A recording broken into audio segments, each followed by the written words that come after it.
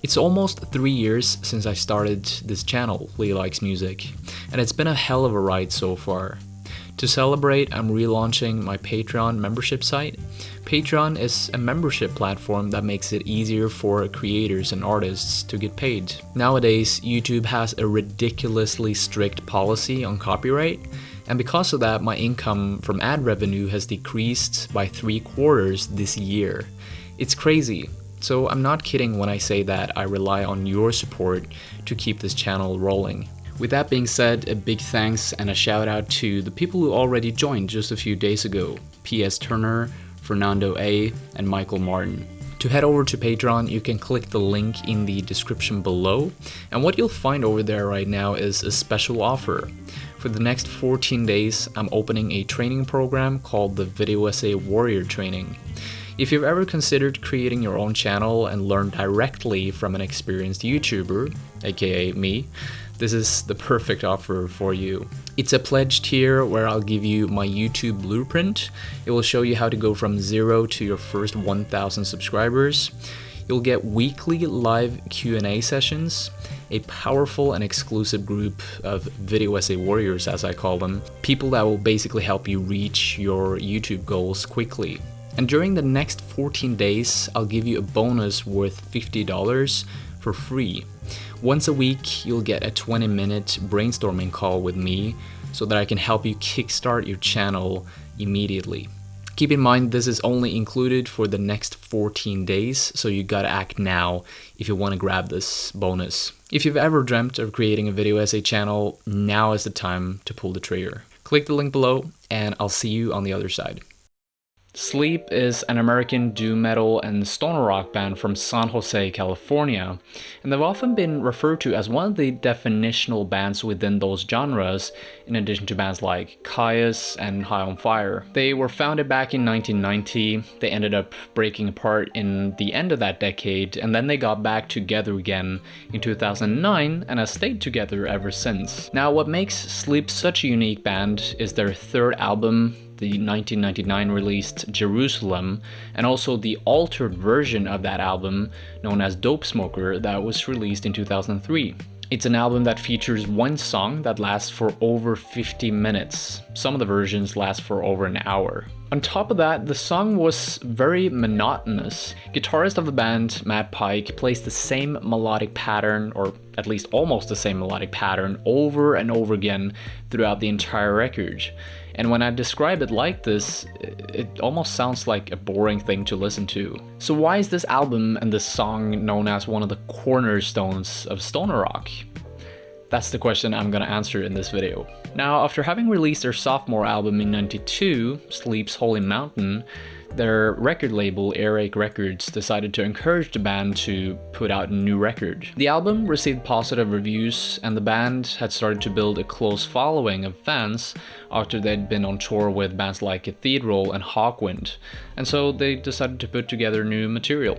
In an interview, Matt Pike described how the band would come up with new material wherever they were, and how it would take them 4 years to come up with one finished song.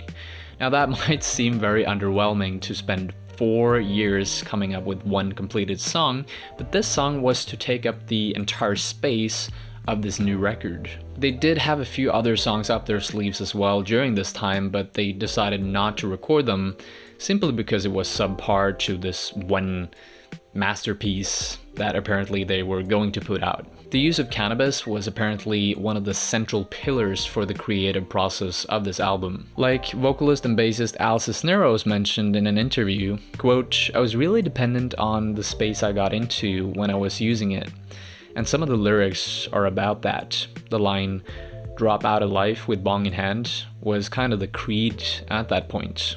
End quote. The song was initially played live under the title Dopesmoker, but the band decided to change the name to Jerusalem since they developed a keen interest for this Middle Eastern scenery, which you can probably see depicted on the 2012 cover, but then again, that is ironically titled Dopesmoker, so I don't know exactly what they were thinking with this title and the cover. To me, this album artwork looks like a mix of something Middle Eastern, but also something sci-fi-esque, because these characters that you can see in the middle of the picture is wearing these gas masks.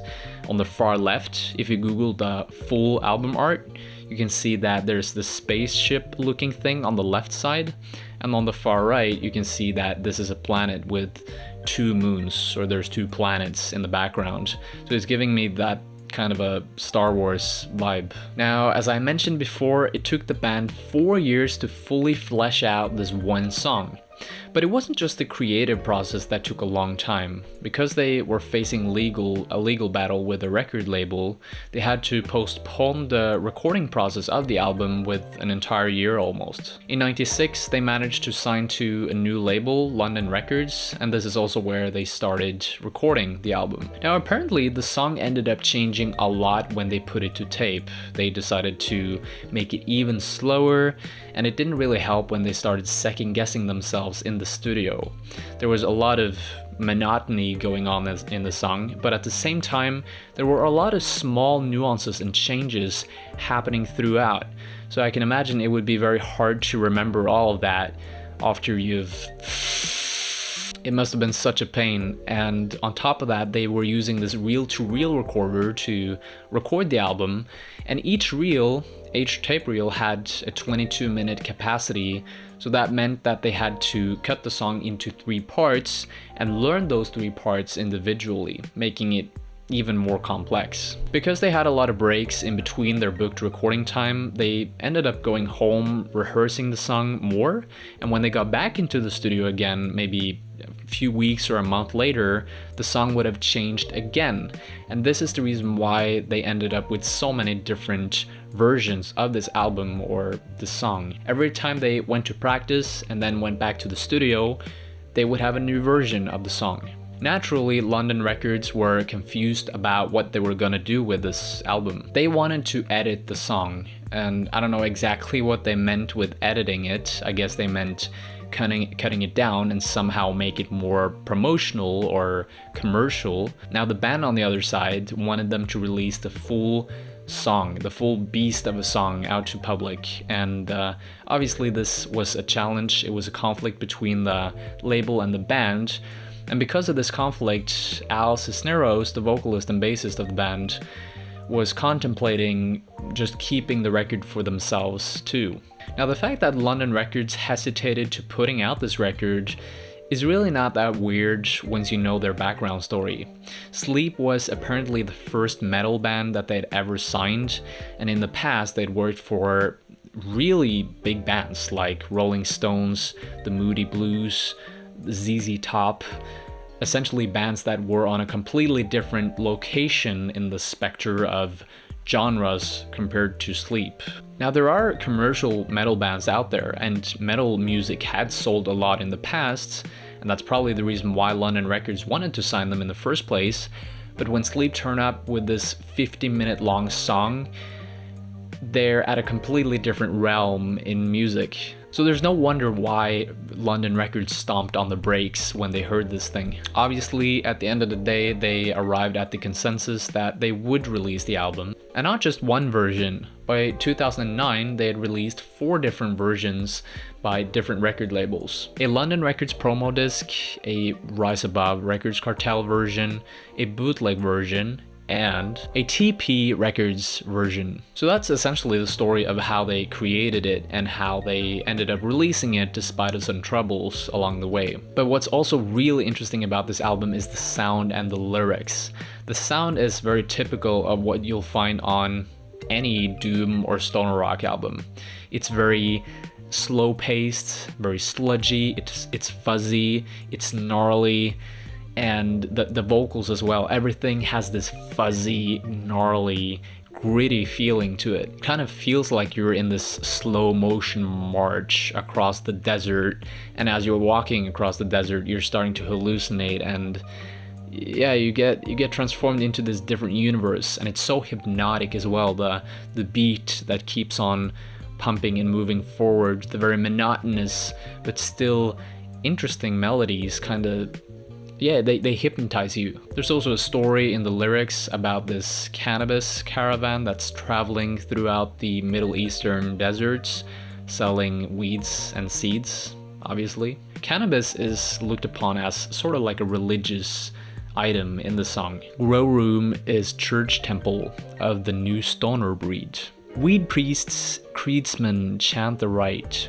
Assembled creedsman rises prayer-filled smoke. I never really thought of the connection that these guys make between weed and religion until I sat down to research the lyrics for this video, but it's very prevalent. I find it very creative and hilarious, but at the same time I get where they're coming from.